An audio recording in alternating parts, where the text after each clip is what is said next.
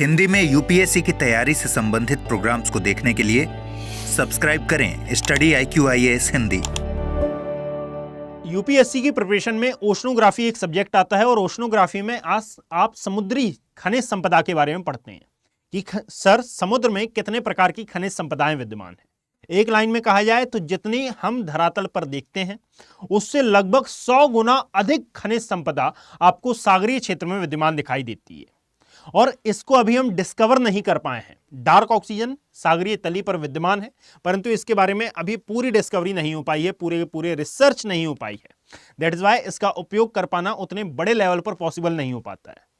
सागरीय क्षेत्र में कितने दुर्लभ जीव जंतु विद्यमान हैं, यदि मैं एक डेटा के अनुसार बात करूं तो कई रिपोर्ट्स में यह बताया गया है कि उनका केवल 20 से 30% हम जानते हैं कि ये जीव विद्यमान है, अपितु 70% ऐसे जीव हैं जिनके बारे में हम अभी भी ज्ञात नहीं कर पाए हैं और इनके बारे में पूर्ण जानकारी का अभाव है। ऐसी ही एक रिसर्च बताती है कि सर सागरीय तली पर का अध्ययन मानव के लिए कर पाना उतना ही इम्पॉसिबल माना जाता है जितना अंतरिक्ष का अध्ययन कर पाना। इसीलिए शायद आपने सुना भी होगा कि ओशनोग्राफी में पहली ही लाइन ये आती है कि वैसे तो सागरीय तली का अध्ययन या फिर सागर सतह का अध्ययन किया नहीं जा सकता परंतु करने के लिए विभिन्न देशों ने प्रयास किए, जिनमें से एक प्रयास था रसिया के द्वारा कोला प्रायद्वीप में किया हुआ एक प्रयास जिसमें सागरीय तली और साथ में पृथ्वी की आंतरिक संरचना ये दोनों ही उसके उद्देश्य थे और एक ड्रिल किया गया था। मैरियाना ट्रेंच, चैलेंजर्स गर्त, ये जितनी भी गर्त आती हैं ये सागरीय सतह से ही संबंध रखती हैं।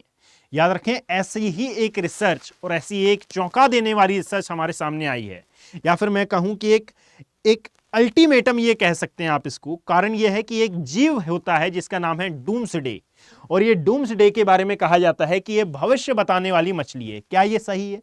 तो इस वीडियो के लास्ट तक आपको ये समझ में आ जाएगा कि क्या भाई ये कोई किंवदंती है या फिर यह सत्य घटना पर आधारित है। चूंकि हम ज्योग्राफी से रिलेटेड यहाँ पर करंट अफेयर प्रिपेयर कर रहे हैं तो यहां पर मैं आपको बता दूं कि किंवदंती के बारे में तो मैं नहीं बताऊंगा। तो इसका रिलेशन डायरेक्ट इनडायरेक्ट रूप से आपके ज्योग्राफी, एनवायरनमेंट, इकोलॉजी वाले सब्जेक्ट से है। यहां पर केवल और केवल ये एक टाइटल इसको कहा जाता है जिसको आप किंवदंती सामान्यता नाम देते हैं कि सर इसको भविष्य बताने वाली मछली कहा जाता है और ऐसा है क्यों। तो चलिए शुरू करते हैं। सबसे पहले मैं आपको बता दूं कि भाई ये उष्णकटिबंधीय और उपोष्णकटिबंधीय एरिया में विद्यमान दिखाई देती है, अर्थात इसके सागरीय क्षेत्र में यह मछली आपको देखने के लिए मिलेगी। दैट इज वाई यह नॉर्थ अटलांटिक ओशन और साथ में नॉर्थ पैसिफिक ओशन में देखने के लिए मिलती है। ये बहुत ज्यादा गहराई में इसका देखा जाना आश्चर्य का विषय इसलिए भी माना जाता है क्योंकि सामान्यतः ये बहुत ज्यादा गहराई में मिलती है, यानी कि जहां पर फुटिक जोन है। फुटिक जोन क्या होता है? तो वह क्षेत्र, सागर का वह क्षेत्र जहां पर सूर्य का प्रकाश प्रवेश कर जाता है उसको नाम दिया जाता है फुटिक जोन वाला एरिया, है ना। फुटिक जोन के नीचे से मान लीजिए ये सागर सतह है, सागर सतह में जिस गहराई तक सूर्य का प्रकाश चले जाता है ये गहराई कितनी होती है आप मुझे कमेंट सेक्शन में बताएंगे। इसके नीचे का एरिया से लेकर अब लगभग 3500 मीटर, 3300 मीटर कहीं पर डेटा दिया हुआ है और कहीं पर 3000 मीटर तक का ये डेटा है। तो यहां पर डेटा आपसे नहीं पूछेगा, बस याद रखिएगा गहरे सागर में ये प्राप्त होती है और गहरे सागर में इसका निवास होने के कारण यहां पर इसका नेचुरल हैबिटेट भी उसी को माना जाता है। याद रखें गहरा सागर इसका निवास स्थान है। दैट इज वाई ये अच्छी तैराक नहीं मानी जाती। क्यों भाई? क्योंकि जितनी भी प्रकार की समुद्री जलधाराएं हैं यहां पर अनुपस्थित होती हैं और जब ये गहरे सागर से किसी उथले सागर में प्रवेश करती हैं तो इन जलधाराओं के कारण इनकी मृत्यु तक हो जाती है। याद रखें कि अब इसके आगे का फिनोमेना मैं आपको बता रहा हूं। यहां पर एक हेडलाइन बहुत ज्यादा वायरल हो रही है कि भाई, हाँ सबसे पहले मैं आपको बता दूं कि भाई ये है वो मछली जिसके बारे में हम बात कर रहे हैं। इसको डूम्सडे कहा जाता है ना, और यदि सामान्य भाषा में हम इसको नाम देते हैं तो इसी का नाम ओरफिश आपको देखने के लिए मिलेगा। क्या मिलेगा? OARFISH, एक प्रकार की मछली ही है ये, तो इसको नाम दिया जाता है ओरफिश। इसकी आंख आप देख सकते हैं और आंख के ऊपर ये बड़े बड़े टेंटिकल्स आपको देखने के लिए मिलेंगे और पूरे शरीर पर ये लाल भी हो सकते हैं और ये पिंक भी हो सकते हैं। ये इस प्रकार के रेशे आपको देखने के लिए मिलते हैं। इसमें हड्डी उतनी ज्यादा नहीं होती है कारण इसका सबसे बड़ा यह है कि भाई इसका निवास स्थान गहरा जल है और यहाँ पर सागरीय जलधाराएं अनुपस्थित होती हैं। दैट इज वाई इसको तैरने के लिए किसी प्रकार का मेहनत, उतनी ज्यादा मेहनत नहीं करनी पड़ती। तो इसका जो शरीर है, जो शारीरिक संरचना है, ये लंबाई में बहुत बड़ी होती है, लगभग 9 मीटर की ये हो सकती है, परंतु ये इसकी मांसपेशियां उतनी ज्यादा मजबूत नहीं होती है ना। दैट इज वाई जब ये समुद्री जलधाराओं के संपर्क में आती है तो इसकी डेथ तक हो जाती है इन समुद्री जलधाराओं के संपर्क में आने पर। इस बात को याद रखेंगे, ये बात लास्ट में आपके काम आने वाली है। यहां पर एक न्यूज आती है, ये एडवेंचर यानी कि जितने भी आइलैंड होते हैं, आइलैंड पर विभिन्न प्रकार के एडवेंचर्स होते हैं। तो ये आइलैंड एडवेंचर नाम की एक संस्था है, या फिर मैं यूं बोलूं कि ये कार्य करते हैं, इनकी एक कंपनी का नाम है और ये है उसके सदस्य कार्टिस पीटरसन। और ये कार्टिस पीटरसन के हाथ में जो ये मछली आप देख पा रहे हैं, इसी का नाम है ओरफिश। सिल्वर कलर की ये दिखाई देती है, 9 मीटर की लगभग ये होती है, पर सामान्यतः 9 मीटर से कम की भी हो सकती है। एक्चुअल में एक नेवी है ना, जो यूएसए का नाम आपने अवश्य सुना होगा, नॉर्थ अमेरिका में ये आता है। यहाँ पर एक कमांडो होते हैं जिनको नाम दिया जाता है सील कमांडो, जिन्होंने ओसामा बिन लादेन तक की हत्या की थी, है ना। सील का मतलब होता है ऐसे कमांडो जो कि सी, एयर एंड लैंड एरिया में तक फाइट करने के लिए ट्रेन किए जाते हैं। सबसे स्पेशल कमांडो ये यूएसए के माने जाते हैं। यहां पर याद रखें कि इन्होंने ही ओसामा की हत्या तक की थी, इन्हीं को श्रेय जाता है। ये सील कमांडो ने 1996 में कैलिफोर्निया के आसपास वाले एरिया में इस ओरफिश को पकड़ा था, ठीक है, उनके हाथ ये लगी थी। अब कई किंवदंतियां हैं जैसा कि मैंने बताया, परंतु यहां पर उन्होंने इस पर विभिन्न प्रकार की रिसर्च की थी और रिसर्च में बहुत सारे तथ्य यहां पर विद्यमान किए थे, जो कि मैं आपको आगे बताने वाला हूं। यहां याद रखें कि बिजनेस स्टैंडर्ड में ये न्यूज आई है कि भाई ऑस्ट्रेलिया के टीवी द्वीप पर कुछ मछुआरों ने इसको पकड़ा है, प्लेराई काली मछली इसको नाम दिया जाता है। और यही न्यूज व्योन में भी आती है, जो कि ऑस्ट्रेलिया के तट पर इसके मिलने की संभावना को व्यक्त करती है। विभिन्न प्रकार की फेसबुक पोस्ट से भी हमको यह जानकारी मिली है कि कार्टिस पीटरसन की टीम ने इसको पकड़ा हुआ है। अब सबसे पहले हम लोकेशनल एनालिसिस के आधार पर जान लेते हैं कि भाई ये लोकेशन कहां आती है। तो जैसा आप इस मैप में देख पाएंगे कि ये आइलैंड है तीव आइलैंड, ठीक है, जो मैंने बताया आपको कि तीवी आइलैंड पर ये मिली है और यहीं का एक भाग है मेलवेरे द्वीप, यहां पर ये मिली है। सबसे पहले आप इसको लोकेशनल एनालिसिस के आधार पर जान लीजिए कि यह आइलैंड एक्चुअल में कहां पर लोकेटेड है। तो देखिएगा, ये आता है हमारा ऑस्ट्रेलिया महाद्वीप वाला सेक्शन। जब आप ऑस्ट्रेलिया महाद्वीप का अध्ययन करते हैं तो यहां पर उत्तर की ओर दिखाई देगा आपको डार्विस आइलैंड, ठीक है, यहां पर आपको दिखाई देता है डार्विन, इस एरिया में दिखाई देता है डार्विन आइलैंड। और ये डार्विन से लगभग 80 किलोमीटर की दूरी पर इस भाग में यहां कहीं पर आपको दिखाई दे रहा है क्या, दैट इज तीवी आइलैंड। इसको नाम दिया जाता है तीवी आइलैंड का। और ये जो तीवी आइलैंड है, यहीं पर एक और छोटा सा द्वीप है जिसको नाम दिया जा रहा है मेलवेरे आइलैंड का। और इसी मेलवेरे आइलैंड पर यह मछली प्राप्त हुई है। Is that clear? अब जरा मेरी बात ध्यान से सुने, है ना। ये ऑस्ट्रेलिया का मैप मैं रफ कर देता हूं भाई, है ना, क्योंकि यहां पर मैं अन्य डेटा लिखूंगा। जब आप इसी आइलैंड पर देखते हैं तो ये पहली बार नहीं है कि यहां पर ये मछली मिली है। और इसको प्रलय काली क्यों कहा जाता है और क्यों कहा जाता है कि ये भविष्य बताने वाली मछली है, इसके पीछे का रीजन ये है कि भाई जिस भी एरिया में ये पाई गई, इसी बारे में मैंने मछली के बारे में ये लिखा हुआ है। यदि आपको ये डाउनलोड करना हो तो आप geography bye Abhishek Kumar Telegram channel पर जाकर इसको डाउनलोड कर सकते हैं।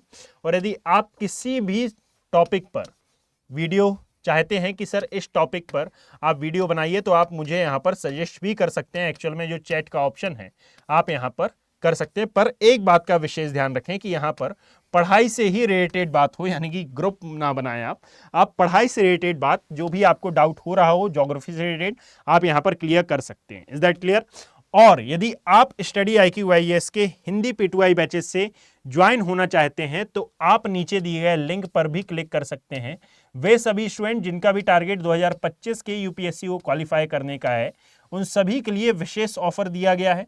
तो आप दिए गए लिंक पर जाएं, वहां पर क्लिक करने पर आप वेबसाइट में चले जाएंगे और वेबसाइट पर जाने पर आप बाय नाउ पर क्लिक करेंगे। बाय नाउ पर क्लिक करने पर आपको पेमेंट नहीं करना है, पहले आप मेरा कोड AKB लाइव वहां पर अपलोड करेंगे। तो जो भी आपको प्राइस बताया जा रहा है वह कम हो जाएगा, उसमें डिस्काउंट आपको मिलेगा और लगभग ये 20,000 के आसपास का ये बैच आपको अवेलेबल देखने के लिए मिलेगा। Is that clear? चलिए वीडियो में आगे बढ़ते हैं। तो ये उसके बारे में जानकारी थी। अब ऐसा क्यों कहा जाता है कि ये प्रलयकारी मछली है? तो इसका सबसे बड़ा रीजन बच्चे ये है कि 2011 में जो भूकंप आया था, तोहोकू भूकंप इसको नाम दिया जाता है, जापान में ये आया था, जिसमें लगभग 18,000 लोगों की मृत्यु हुई थी। इस समय इस ओर फिश को देखा गया था, ठीक है, कम से कम 20 और फिश इस जापानी समुद्र तट पर दिखाई दी थी, है ना। और इसी के बाद ये भूकंप आया। ऐसा ही कुछ हुआ था ताइवान वाले एरिया में 2024 में भी, है ना, कि ताइवान में 1 जनवरी 2024 को जो भूकंप आया था, है ना, इशिकावा प्रांत में, उस समय भी भूकंप आने के कुछ महीनों पहले से ताइवान के तट पर इन फिशेस को देखा जा रहा था। कैलिफोर्निया में भी ये हुआ था 2024 में ही, है ना। और कई स्थानों पर यह घटना पहले भी हुई है कि भाई इस जीव का यहां पर प्रकट होना एक प्रकार का आपदा का संकेत देता है। पर क्या ये सही है? क्योंकि आपदा का संकेत तो गाय भी देती है, बकरियां भी देती हैं, यानी कि इसके अलावा भी कई ऐसे जीव जंतु हैं जो आपदाओं का संकेत देते हैं। तो फिर इस पर इतने सवाल क्यों खड़े हो रहे हैं? इस पर साइंटिफिक रिसर्च का यह कहना है कि सर ये किंवदंतियां हो सकती हैं, ऐसा कुछ नहीं होता। इसके पीछे का साइंटिफिक रीजन ये हो सकता है कि सर जब ये स्पॉनिंग की कंडीशन में होती हैं, यानी कि जब ये प्रजनन की कंडीशन में होती हैं, तो प्रजनन की अवस्था में ये अंडे देने के लिए हो सकता है कि तटीय क्षेत्रों में आती हों। अब कुछ लोगों का यह कहना है, कुछ साइंटिस्ट का यह कहना है, जो कि सही भी हो सकता है, परंतु कुछ साइंटिस्ट का यह भी कहना है कि सर जब इनकी मृत्यु हो सकती है, यानी कि यह पहला रीजन हुआ।